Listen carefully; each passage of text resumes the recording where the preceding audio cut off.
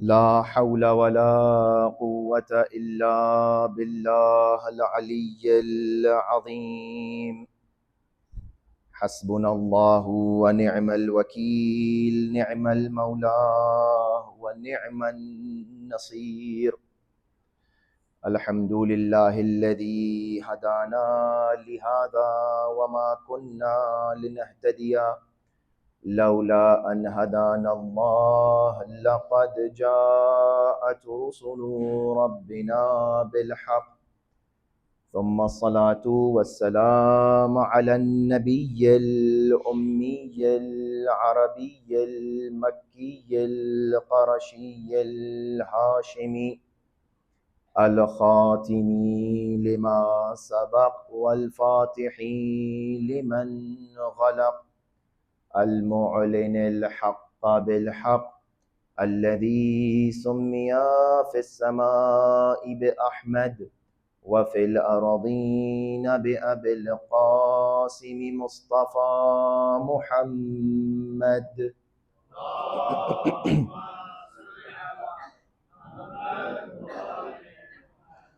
وأهل بيته الطيبين الطاهرين المعصومين المظلومين، الذين أذهب الله عنهم الرجس وطهرهم تطهيرا.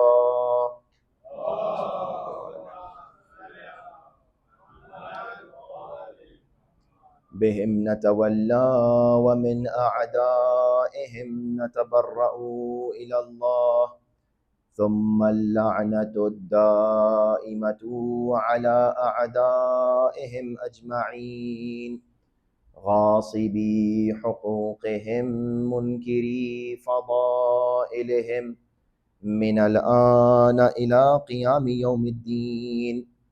أما بعد، فقد قال الله تبارك وتعالى في القرآن المجيد والفرقان الحميد وقوله الحق. بسم الله الرحمن الرحيم.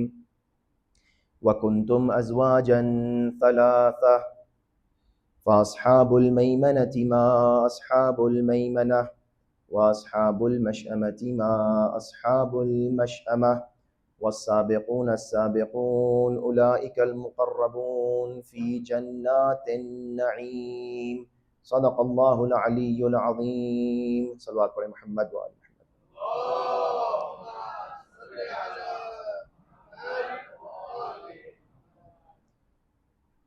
سورہ مبارکہ واقعہ کی ابتدائی آیات کو آج کی اس گفتگو کے لیے سرنامہ سخن کے عنوان سے منتخب کیا ہے کہ نہایت مشہور اور معروف سورہ ہے. اس کی آیات تقریباً سب کو حفظ ہیں، اگر حفظ نہیں ہیں تو سن رکھی ہیں. لہٰذا آج کی گفتگو اور انشاءاللہ جو اس مجلس کے بعد مجالس کا سلسلہ ہے، ان تمام مجالسوں میں بشرط توفیق اور بشرط قید حیات انشاءاللہ جو گفتگو ہوگی وہ شیعوں کی پہچان پر گفتگو ہوگی. جو عنوان منتخب کیا ہے آج کی مجلس اور آئندہ آنے والی مجالس کے لیے وہ ہے شیعوں کی پہچان. اور اس بات پر غور کریں گے آپ کہ یہ جو سورہ ہم نے آپ کے سامنے ابتدائی سخن میں بیان کیا اور سرنامہ گفتگو قرار دیا ہے، پروردگار عالم سورہ مبارک واقعہ کی 7ویں آیت سے لے کر 12ویں آیت تک فی الحال ان کچھ آیات کے اوپر گفتگو رہے گی کہ پروردگار عالم ارشاد فرما رہا ہے کہ وَكُنْتُمْ أَزْوَاجًا ثَلَاثَةً، کہ یاد کرو اس وقت کو کہ اذا وقعت الواقعہ، کہ جب قیامت واقع ہوگی اور مختلف حالات تمہارے سامنے نمودار ہوں گے، پیش نظر ہوں گے. ان حالات اور کیفیات میں سے ایک کیفیت یہ ہوگی کہ وَكُنْتُمْ أَزْوَاجًا ثَلَاثَةً، تم کو جو ہے وہ 3 کیٹیگریز میں ڈیوائیڈ کر دیا جائے گا. وَكُنْتُمْ أَزْوَاجًا ثَلَاثَةً، 3 کیٹیگریز میں. بہت توجہ کے ساتھ سنیں گے انشاءاللہ. اس آیت کا ربط ہمارے موضوع سے کیا ہے وہ خود انشاءاللہ آپ کے لیے واضح ہو جائے گا. وَكُنْتُمْ أَزْوَاجًا ثَلَاثَةً، تم کو جو ہے پروردگار عالم 3 گروہ اور 3 کیٹیگریز میں ڈیوائیڈ کر دے گا. کون کون سی کیٹیگریز ہیں؟ فَأَصْحَابُ الْمَيْمَنَةِ مَا أَصْحَابُ الْمَيْمَنَةِ، پہلی کیٹیگری ان افراد کی ہے کہ جو داہنے ہاتھ والے افراد ہیں، کہ جو داہنی جانب کھڑے ہونے والے افراد ہیں، وہ کون سے ہیں؟ پروردگار عالم کہہ رہا ہے فَأَصْحَابُ الْمَيْمَنَةِ مَا أَصْحَابُ الْمَيْمَنَةِ، یہ جو اصحاب میمنہ ہیں، جو رائٹ سائڈ پہ کھڑے ہونے والے ہیں، یہ کتنے اچھے لوگ ہیں. ما اصحاب المیمنہ. اب دوسری قسم کیا ہے؟ واصحاب المشأمۃ ما اصحاب المشأمہ، اور یہ جو بائیں ہاتھ والے لوگ ہیں، دوسرا گروہ ہے، یہ کتنا برا گروہ ہے. جو بائیں ہاتھ پر کھڑا ہے، جو لیفٹ ہینڈ سائڈ پر ہے، یہ ایک رائٹ ہینڈ سائڈ ہو گیا جو اچھے لوگ ہیں، ایک لیفٹ ہینڈ سائڈ ہو گیا واصحاب المشأمۃ ما اصحاب المشأمہ. تیسرا گروہ کون سا ہے؟ والسابقون السابقون، یہ تیسرا گروہ ہے. اس کی ایک خصوصیت ہے اولئک المقربون. ہاں، یہ جو اصحاب المیمنہ ہیں یہ اچھے لوگ ہیں، لیکن جو اصحاب السابقون ہیں وہ ان سے بھی زیادہ افضل ہیں. کیوں؟ چونکہ یہ کون ہے؟ والسابقون السابقون اولئک المقربون. جو لوگ سبقت لے گئے، جو لوگ آگے آ گئے، جو لوگ پہلے آ گئے، وہ کون ہے؟ اولئک المقربون، یہ اللہ کے مقرب اور قریب بندے ہیں. فی جنات النعیم، یہ کہاں ہے؟ یہ نعمت والے باغوں میں ہیں، جنتوں میں ہیں. ان کی خاص پہچان ہے، ان کی ایک خاص خصوصیت ہے. لہٰذا تین گروہ ذہن میں رہے، ایک اصحاب المیمنہ، دوسرا اصحاب المشأمہ، اور تیسرا گروہ السابقون السابقون. یاد رہے، پہلا گروہ جو اصحاب میمنہ ہے وہ اچھے ہیں، نیک ہیں، لیکن اتنے اچھے نہیں ہیں جو السابقون والی کیفیت ہے. بات سمجھ میں آ گئی ہے؟ یہ ترجمہ ہے. اب مقدمتاً، تاکہ جو ہمارے مومنین معمولاً دیر سے آتے ہیں، ٹریفک میں بہانہ ہے، ٹریفک میں پھنس جاتے ہیں، ان کے لیے بھی تھوڑا سا جو ہے انتظار کر لیا جائے، چونکہ میں چاہتا ہوں کہ یہ آئندہ آنے والی جو گفتگو رہے گی بڑی قیمتی میں باتیں کچھ آپ کے سامنے کرنا چاہوں گا. تو مقدمتاً، اور یہ بھی جو بات ہے وہ یہ ایسا نہیں ہے کہ جو ہے وہ میں آپ کو انتظار کروا رہا ہوں، یہ وہ لوگ مس کریں گے. سورہ مبارکہ واقعہ کی خصوصیت سن لیجئے. آپ لوگ پڑھتے ہیں ماشاءاللہ، میں دیکھ رہا جب میں نے شروع کیا آیتوں کو پڑھنا تو آپ میں سے بہت سے لوگ جو ہے وہ زمزمہ کر رہے تھے، وہ پڑھ رہے تھے آیتیں میرے ساتھ، کیونکہ سب کو رٹی ہوئی ہیں سورہ واقعہ کی آیات. تو سورہ واقعہ کچھ فضائل سن لیجئے، اس کے بعد ہماری اس گفتگو ذہن میں رہے کہ آج کی اور آنے والی چند دنوں کی گفتگو کا عنوان رہے گا شیعوں کی پہچان. کیا ہے عنوان؟ شیعوں کی پہچان، شیعوں کے فضائل. سورہ واقعہ کے لیے روایات متعدد ہیں. روایات میں بیان ہوا کہ جو شخص سورہ واقعہ کو مداومت کے ساتھ، کنٹینیوٹی کے ساتھ پڑھے گا، وہ شخص سکرات الموت سے محفوظ رہے گا. سکرات الموت وہ سخت، دردناک اور پریشان کرنے والے حالات کہ جب روح قبض ہو رہی ہوتی ہے تو اس وقت جو ہے وہ کچھ کام نہیں آتا. متعدد بار اس کے گفتگو ہوئی ہے. اس وقت یہ سورہ واقعہ کام آئے گا. اور ابھی جب میں روایت پڑھوں گا تو آپ کی سمجھ میں آئے گا کہ یہ کیوں کام آئے گا. بڑی دلچسپ چیز ہے، توجہ کریں گے انشاءاللہ آپ. دوسری بات کیا ہے؟ جو شخص، روایت میں ہے، جو شخص سورہ واقعہ کو لکھ کر اپنے گھر میں رکھے گا، اس شخص کے گھر سے نحوست دور ہو جائے گی، فقر و فاقہ، تنگدستی، پریشانیاں دور ہوتی رہیں گی. سورہ مبارک ہے واقعہ. جو شخص سورہ واقعہ پڑھے گا دنیا سے نہیں جائے گا، نہیں مرے گا، مگر یہ کہ اس کے تمام گناہ پروردگار عالم معاف فرما دے. تمام باتیں، یہ فضائل ذہن میں رہیں. اور یہ کیوں فضیلتیں مل رہی ہیں؟ جب روایت پڑھیں گے تو آپ کو لطف آئے گا کہ یہ تمام فضائل اور اس سے زیادہ بے پناہ فضیلتیں. اب میں بات کو سمیٹوں، روایت پڑھوں تاکہ جو ہے بات کا نچوڑ آپ کے سامنے آ جائے. ہمارے اور آپ کے چھٹے امام، امام محمد باقر، امام محمد جعفر صادق علیہ الصلوۃ والسلام،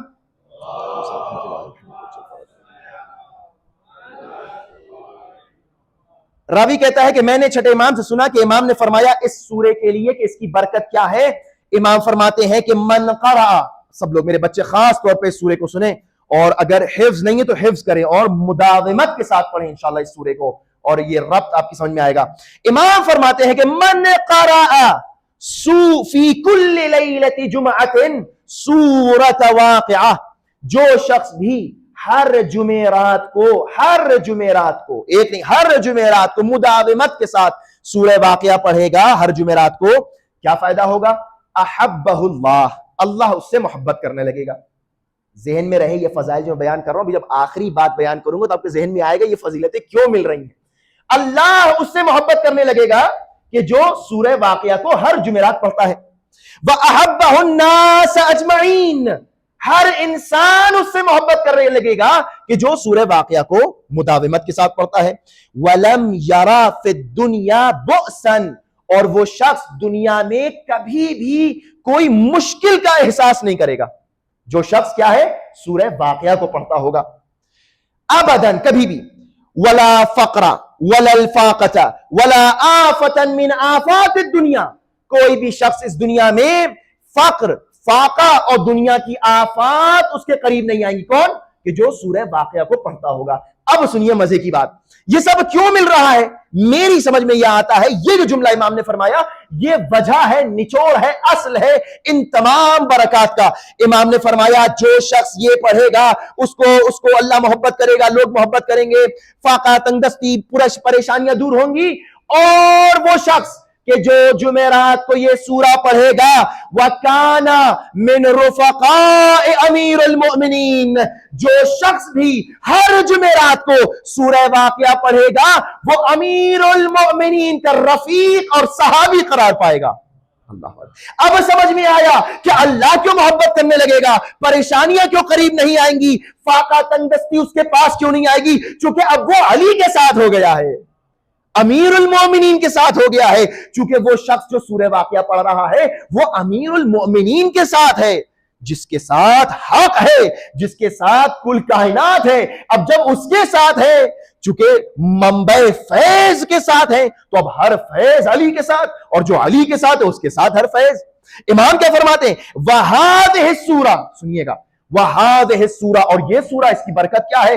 امام نے فرمایا وَهَذِهِ السُّورَةُ لِأَمِيرِ الْمُؤْمِنِينَ خَاصَّةً لَمْ يَشْرَكْهُ فِيهَا أَحَدٌ، کہ یہ سورہ خاص امیر المومنین کے لیے ہے، اور اس سورے میں کوئی بھی میرے جد علی کے ساتھ شریک نہیں ہے. یعنی سورہ واقعہ در حقیقت سورہ امیر المؤمنین علی ابن ابی طالب علیہ السلام. ایک صلوات پڑھے محمد وآل محمد.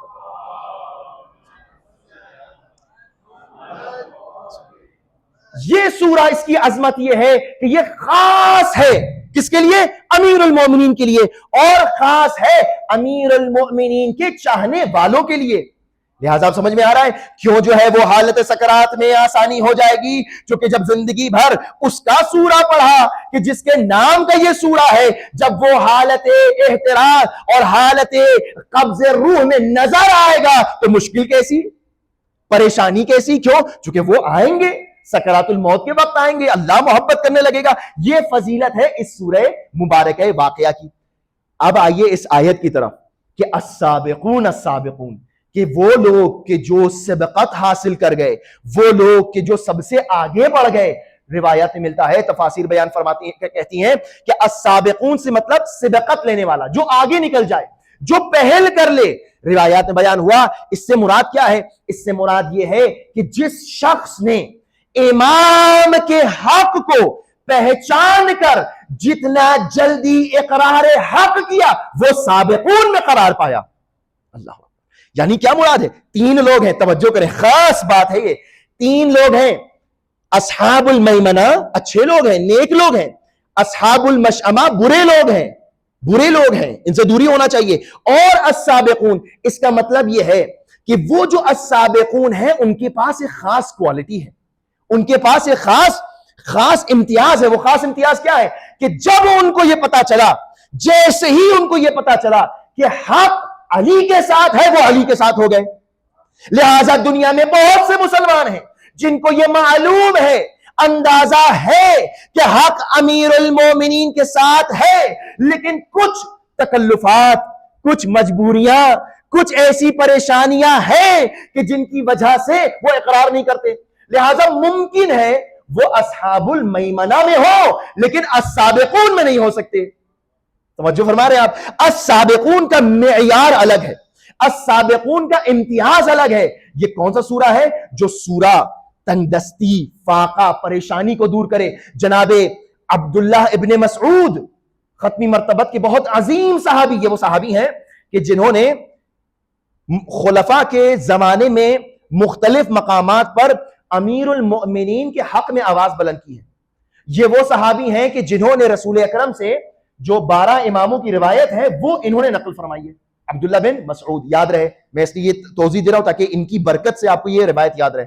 سورہ مبارکہ واقعہ انشاءاللہ آپ کو مس نہیں کرے گا. کہتے ہیں, راوی کہتا ہے کہ جب عبداللہ بن مسعود کا آخری وقت آیا تو آپ بستر علالت پر تھے, ایک دم جو ہے وہ موت کی کیفیت تھی اور جو ہے وہ حالات جو ہے وہ آخری وقت تھا. تو خلیفہ وقت عثمان بن عفان, عثمان غنی جنہیں کہا جاتا ہے, وہ آپ سے ملنے آئے, کیونکہ آپ جو ہے وہ صحابی رسول تھے اور یہ وقت کے خلیفہ تھے. تو یہ ملنے آئے, اور جب ملنے آئے تو عبداللہ بن مسعود سے پوچھا کہ آپ اتنا گریہ کیوں کر رہے ہیں, آپ رو رہے تھے, گریہ کر رہے تھے. تو کہا کہ میں چونکہ اپنے رب کی بارگاہ میں جا رہا ہوں لہٰذا اپنے گناہوں پر شرمندہ ہوں, اس لیے میں اپنے رب کے بارگاہ میں استغفار کر رہا ہوں. کہا کہ آپ کو کسی چیز کی ضرورت ہے؟ عثمان نے پوچھا, جناب عثمان نے پوچھا کہ آپ کو کسی چیز کی ضرورت ہے. بہرحال کچھ جگہوں پہ جو ہے وہ القاب جو ہے وہ اس طرح کے ٹائٹلز استعمال کرنا کوئی حرج نہیں ہے, آپ سمجھ رہے ہیں بات کو. تو وہ پوچھا کہ جو ہے وہ کوئی آپ کو ضرورت ہے کسی چیز کی؟ کہا کہ ہاں مجھے اللہ کی رحمت کی ضرورت ہے کہ جو آپ کے پاس نہیں ہے. تو کہا کہ یہ تو آپ دے نہیں سکتے, وہ تو آپ کے پاس ہے نہیں. کہا کہ میں آپ کے لیے طبیب بلا دوں. کہا کہ جس رب نے مجھے اس کیفیت میں رکھا ہے وہ طبیب مطلق ہے, وہ جس چاہے جس حال میں رکھے مجھے, میں اس کے لیے اس پہ راضی ہوں. کہا کہ میں آپ کو چاہتا ہوں کچھ رقم اور کچھ پیسے دے دوں. تو کہا کہ جس وقت مجھے ضرورت تھی اس وقت تم کہاں تھے, اور مجھے تمہارے پیسوں کی بالکل ضرورت نہیں ہے. گویا جناب عبداللہ بن مسعود یہ فرما رہے ہیں ان سے کہ دیکھو میں کس کا ماننے والا ہوں, میں نے پوری عمر علی کے حق کا دفاع کیا ہے, لہذا میں اس کا ماننے والا ہوں کہ جس غنی نے علی کو مشکل کشا بنایا ہے. تم دنیا کی طرف سے غنی ہو سکتے ہو لیکن میرا مشکل کشائے عالم غنی مطلق کا بنایا ہوا امام ہے, مجھے تمہاری ضرورت نہیں ہے. کہا کہ اچھا آپ اس پیسے کو قبول کر لیں اور اپنی بیٹیوں کو دے دیں, آپ کے بعد یہ پیسہ کام آئے گا. اب یہاں پر انہوں نے یہ روایت بیان کہتی ہے روایت کہ عبداللہ بن مسعود نے کہا کہ میں نے رسول اکرم سے سورہ مبارک واقعہ کے ایسے فضائل سنے ہیں کہ میں نے اپنی بچیوں سے کہا ہے کہ میرے بعد سورہ واقعہ تم سے ترک نہ ہونے پائے, اور اگر ترک نہ ہوا تو کبھی بھی فاقہ تنگ دستی تمہارے قریب نہیں آئے گی. یعنی گویا جناب عبداللہ بن مسعود نے نہ صرف اپنی بیٹیوں کو سبق یہ دیا کہ تم فاقہ اور تنگ دستی سے بچ سکتی ہو, بلکہ سورہ وہ والا سکھایا جو علی ابن ابی طالب کا سورہ ہے, جو خلیفۃ اللہ کا سورہ ہے. یعنی اگر علی کے سورے سے وابستہ رہے تو پھر تمہیں دنیا کے بنائے ہوئے خلفاء کی ضرورت نہیں ہوگی. یہ پیغام ہے جناب عبداللہ بن مسعود کا. یہ سورہ واقعہ کے امتیازات, یہ سورہ واقعہ کی پہچان. السابقون السابقون, یہ کون لوگ ہیں؟ یہ وہ لوگ ہیں کہ جو سب سے پہلے آگے بڑھ کر امام وقت کی حقانیت کو قبول کرتے ہیں, لہٰذا یہ امتیاز میں بہتر ہیں. اولئک المقربون, یہ وہ ہیں کہ جو اللہ کی بارگاہ کے مقرب ترین بندے ہیں. روایات بتاتی ہیں, ابن عباس کہتے ہیں کہ میں نے جب اپنے حبیب رسول اللہ سے سوال کیا, وسألت عن حبیب رسول اللہ صلی اللہ علیہ وآلہ وسلم عن قول اللہ عز وجل السابقون السابقون اولئک المقربون, یا رسول اللہ یہ بتائیے کہ پروردگار عالم نے یہ جو آیت میں بیان فرمایا کہ دیکھیں قرآن کا ایک ظاہر معنی ہوتا ہے اور قرآن کا ایک باطن معنی ہوتا ہے. بواطن ہیں قرآن کے, متعدد بطون ہیں قرآن کے. عبداللہ ابن عباس کہتے ہیں کہ میں نے رسول اکرم سے پوچھا کہ یہ السابقون السابقون اولئک المقربون فی جنات النعیم سے مراد کون لوگ ہیں؟ تو رسول اکرم نے فرمایا کہ قال جبرائیل, جبرائیل نے مجھ سے یہ کہا کہ ذاک علی و شیعتہ, یہ جو السابقون السابقون ہیں یہ علی اور ان کے شیعہ ہیں. اولئک المقربون, یہ اللہ کی بارگاہ میں سب سے قریب ترین بندے ہیں. یعنی اب یاد رہے کہ اولئک المقربون سے مراد علی اور علی کے شیعہ ہیں. یعنی سب سے پہلی اور سب سے بڑی پہچان ان لوگوں کی کہ جو شیعیان امیر المؤمنین ہیں وہ اللہ کی بارگاہ کے مقرب بندے ہیں, ان کے لیے باغات سجائے گئے ہیں. یعنی ہم اگر فضائل اہل بیت کو سنتے ہیں تو کم از کم یہ بھی اندازہ لگائیں کہ فضائل شیعیان امیر المومنین کیا ہیں, فضائل اہل بیت کے چاہنے والوں کے کیا ہیں. یعنی اگر ہم اہل بیت کے صرف فضائل سننے کے عادی ہیں تو تھوڑا سا اہل بیت کے چاہنے والوں کی بھی فضیلت سنیں کہ ان کی فضیلت کیا ہے, ان کا رتبہ کیا ہے. رسول اکرم نے بارہا اس روایت کو بیان فرمایا اور میں نے بارہا آپ کے سامنے اس روایت کو کوٹ کیا ہے اور آنے والی مجالس میں اس کو کوٹ کرتا رہوں گا تاکہ بچوں کو حفظ ہو جائے رسول اکرم نے کس طریقے سے کس عظمت کے ساتھ امیر المؤمنین کے شیعوں کو یاد کیا. یا علی انت وشیعتک هم الفائزون یوم القیامہ، اے علی آپ اور آپ کے شیعہ قیامت کے دن فائز ہیں، کامیاب ہیں. رسول اکرم نے یہ ٹائٹل آپ کو دیا ہے، رسول اکرم نے یہ ٹائٹل ہم کو اور آپ کو عطا فرمایا ہے، لہٰذا یہ ہماری پہچان ہے، یہ ہماری شناخت ہے. انشاءاللہ ان تمام باتوں کی طرف آئیں گے کہ شیعہ کو اپنے آپ کو کہنا چاہیے نہیں کہنا چاہیے، اور رسول اور ائمہ اطہار کی مختلف روایات موجود ہیں، کچھ غلط فہمیاں ہیں انشاءاللہ دور ہوں گی کہ یہ جو عنوان ہے یہ رسالت مآب نے امیر المؤمنین کے چاہنے والوں کو خاص طور پر دیا ہے، اور یہ عظمت رسول اکرم کی نگاہ میں آپ کی ہے، اور یہ عظمت رسول اکرم کی اور امیر المومنین آپ کو کس طرح بیان فرما رہے یاد فرما رہے ہیں. امیر المومنین کہتے ہیں کہ انا اہل الجنہ، انا توجہ کریں اس روایت کے بعد بڑی خوبصورت، انا اہل الجنہ ینظرون الی مراتب شیعتنا، کہ جنت میں ہمارے شیعوں کے مراتب کو جنت والے کس طرح دیکھیں گے، کس طرح دیکھیں گے، کس طرح توجہ کریں گے. امیر المومنین فرماتے ہیں کہ انا اہل الجنہ ینظرون الی منازل شیعتنا کما ینظر الانسان الی الکواکب، جس طریقے سے توجہ کریں جنت میں موجود لوگ شیعیان امیر المؤمنین کے رتبے کو کس طرح دیکھیں گے. امام نے فرمایا جس طرح زمین میں موجود لوگ آسمان میں تاروں کو دیکھتے ہیں اس طرح جنت والے میرے شیعوں کا رتبہ دیکھیں گے. اللہ اکبر. یعنی جنت میں موجود لوگ ان کا یہ مرتبہ ہے کہ وہ جنت میں ہیں، اور علی ابن ابی طالب کے شیعوں کا رتبہ ہے یہ کہ جنت والوں سے بھی افضل ہیں. یعنی ہم تاروں کو کس طرح دیکھتے ہیں؟ ہم تارے کو یوں دیکھتے ہیں؟ نہیں، ہم تارے کو سر اور نظریں اٹھا کر دیکھتے ہیں. یعنی کیا؟ یعنی تارا بہت اونچائی پر ہے، بہت بلندی پر ہے، ہم سے رتبے میں بہت اوپر ہے. جنت والے امیر المؤمنین کے شیعوں کو اس طرح دیکھیں گے. یہ ہے رتبہ کس کا؟ یہ امیر المومنین کے چاہنے والوں کا. یہ وہ شیعہ ہیں کہ یا علی انت وشیعتک هم الفائزون، یہ رتبہ ہے امیر المومنین کے چاہنے والوں کا. لہٰذا آنے والی گفتگو میں آپ کے سامنے عرض کریں گے کہ کس طرح سے یہ پورا چیپٹر ہے، یہ پورا باب ہے، یہ پورا مناقب شیعیان امیر المؤمنین کا ایک پورا درس ہے کہ جو ہمیں سمجھنا چاہیے، سیکھنا چاہیے، سننا چاہیے. انشاءاللہ آپ کے سامنے عرض کریں گے کچھ جو پریشانیاں الجھنیں کبھی کبھار پیش آ جاتی ہیں ان کا بھی انشاءاللہ اس سے ازالہ ہوگا. لہٰذا ایک بات بس آخری ربط مسائل کے لیے میں عرض کر رہا ہوں کہ یہ بات خاص طور پر جان لیں، رسول اکرم نے اگر ہمیں یہ عنوان دیا ہے کہ ہم شیعہ ہیں تو ہمیں اس عنوان پر فخر ہونا چاہیے، ہمیں اس عنوان پر فخر ہونا چاہیے، ہمیں اس عنوان کو باقی رکھنے کے لیے جو بھی قربان کرنا پڑے قربان کر دینا چاہیے. یہ عنوان بڑا قیمتی ہے، لہٰذا ہم مکس اپ نہ ہو، لہٰذا ہم اپنی شناخت کو نہ کھو بیٹھیں. بہت سارے مقاصد ہیں مجھے اس موضوع کو چھیڑنے کے پیچھے کہ ہم اپنی پہچان کو نہ کھو بیٹھیں، ہم صرف اپنے آپ کو ایک کامن مسلمان نہ سمجھنے لگیں کہ ہم ایک عادی ایک نارمل مسلمان ہیں. نہیں، ہمارے اندر اور بعض اسلام کے ورژن جو اس وقت ہیں ان میں بہت فرق ہے، بہت اساسی فرق ہے، بہت بنیادی فرق ہے. آپ اس دنیا میں آج کل دیکھیں، اپنے اطراف میں دیکھیں کتنے مسلمان ہیں، ملینز اور بلینز آف مسلمان ہیں، جی رہے ہیں، لیکن ایک ایسا فرقہ ہے کہ جو خاص ہے، کہ جو ممتاز ہے. اگر نمازوں سے پہچان ہوتی تو جو ہے وہ آپ کو لوگ پہچان لیتے، لیکن نمازوں سے پہچان نہیں ہوتی. روزوں سے مسلمانوں کے امتیازات سمجھ میں نہیں آتے، حج سے مسلمانوں کے امتیازات سمجھ میں نہیں آتے. ایک ایسی چیز ہے کہ جو آپ کو ممتاز کر رہی ہے، ایک ایسا موضوع ہے اور ایک ایسا کام ہے کہ جو آپ کو دیگر مسلمانوں سے جدا کر رہا ہے. وہ کیا ہے؟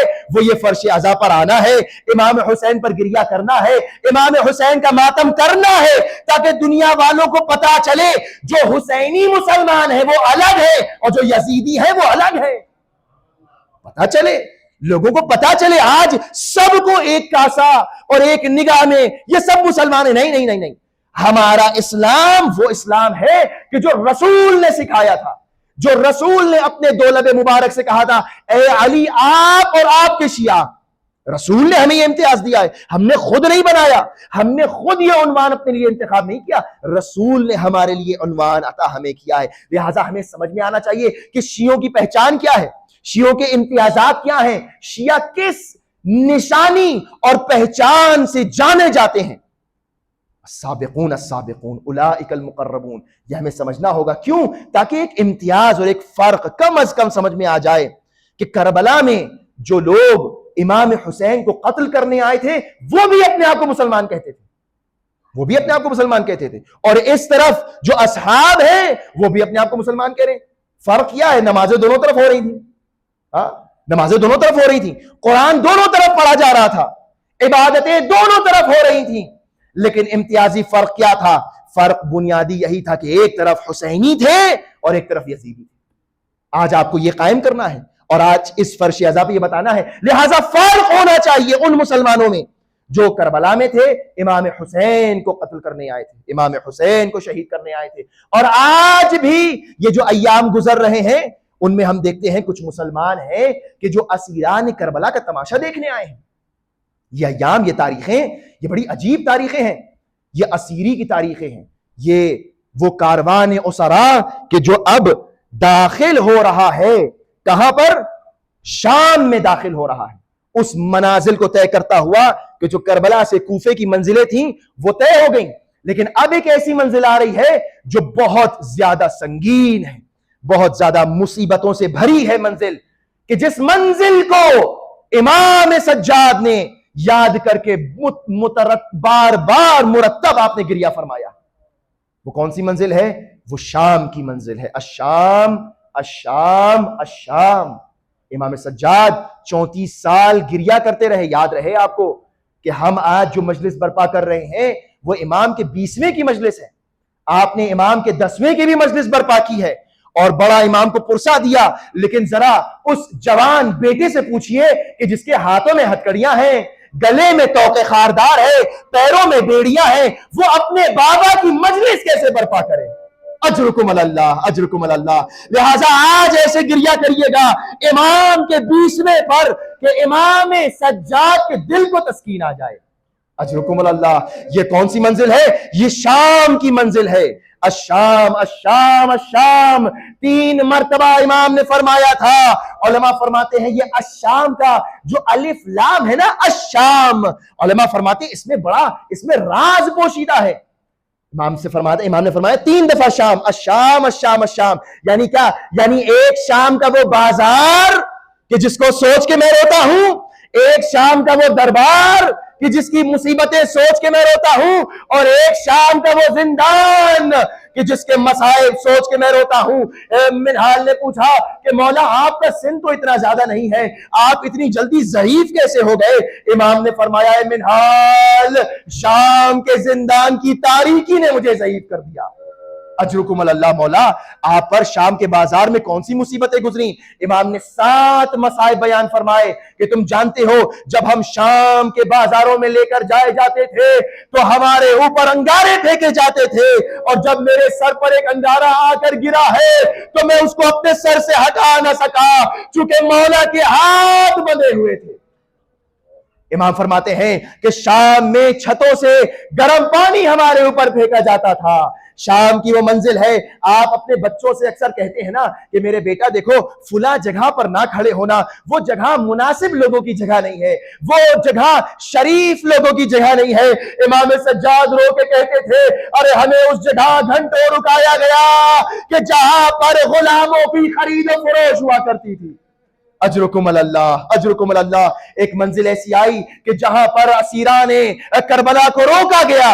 جناب زینب نے پوچھا ہے سید سجاد ہمیں کیوں روکا گیا ہے؟ تو امام سجاد نے فرمایا کہ اے پپی اماں، دربار سجایا جا رہا ہے، تماشائی اکٹھا کیے جا رہے ہیں۔ اور جب ایک مرتبہ شور و غل کی آوازیں آئیں تو جناب زینب نے کہا کہ اے سید سجاد میں دربار میں نہیں جاؤں گی۔ جناب زینب کبریٰ علیہ مقام شریکت الحسین امام سجاد خاموش ہو گئے, کچھ نہیں کہا, بس ایک کام کیا. امام سجاد نے امام حسین کے کٹے ہوئے سر کی طرف اشارہ فرمایا. جیسے ہی جناب زینب نے اپنے بھیا کے سر کو دیکھا, کیا دیکھا؟ امام حسین گریہ فرما رہے ہیں. جناب زینب نے رو کے کہا ہے میرے ماں جائے, مجھے ہر مصیبت برداشت ہے, میں تمہاری آنکھوں میں آنسو نہیں دیکھ سکتی. زینب دربار میں بھی جائے گی. اجرکم اللہ. جناب زینب نے قبول فرمایا. دربار میں کس طرح یہ اسیروں کا کاروان گیا. اب وہ دربار کی مصیبت کہ اس طریقے سے اسیر گئے کہ ایک رسن میں 12 ڈلے. اجرکم اللہ. بے پردہ بیویاں, وہ جگہ جہاں پر علماء فرماتے ہیں صرف یہ جملہ رونے کے لیے کافی ہے, تصور کافی ہے کہ جب علی کی بیٹی شرابی کے دربار میں آئی. اجرکم اللہ. کس حالت میں امام سجاد بیویوں کو دربار یزید میں لے کر آئے کہ یہ ملعون اپنے تخت پر ہے اور امام مظلوم کا سر تخت میں ہے. کیسے برداشت کیا؟ ایک مرتبہ جب امام سجاد کی نگاہ پڑی کہ یہ لعین اپنی چھڑی سے امام کی بے ادبی و توہین کر رہا ہے, تو چیخ مار کے امام سجاد نے کہا ہائے میرا بابا, میں کہتا ہوں اے مولا, آپ نے صرف چھڑی کے ساتھ امام کی توہین ہوتے دیکھی, ذرا جناب زینب سے پوچھئے 70 قدم کے فاصلے سے کس طرح بھائی کا جلا ذبح ہوتے دیکھ رہی تھی. اجرکم اللہ. یہ مصیبتیں دربار کی ہے. اور تیسرا شام, امام فرماتے تھے الشام الشام الشام, تیسرا شام اور تیسرے شام کی مصیبت وہ زندان تھا کہ جس کی خصوصیت امام نے منہال سے بیان فرمائی. امام نے کہا منہال جانتے ہو وہ زندان کیسا تھا؟ وہ زندان ایسا تھا کہ جس کے اوپر کوئی چھت نہ تھی, دن کی دھوپ سے ہمیں امان نہیں تھی, رات کی ٹھنڈک سے ہمیں کوئی امان نہیں تھی. اے منہال, تم جانتے ہو, تم پوچھتے ہو میں بوڑھا کیسے ہو گیا.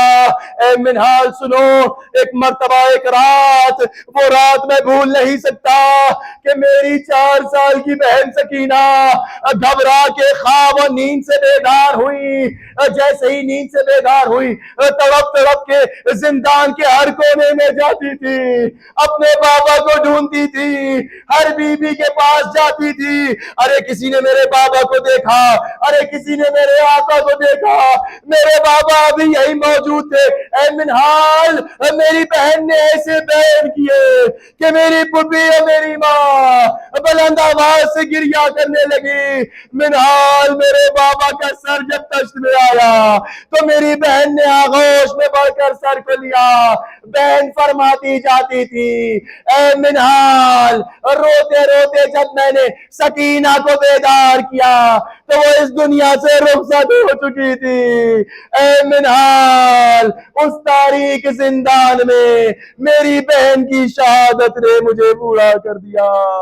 الا لعنت اللہ علی القوم الظالمین وسيعلم الذين ظلموا أي منقلب. ماتم حسین.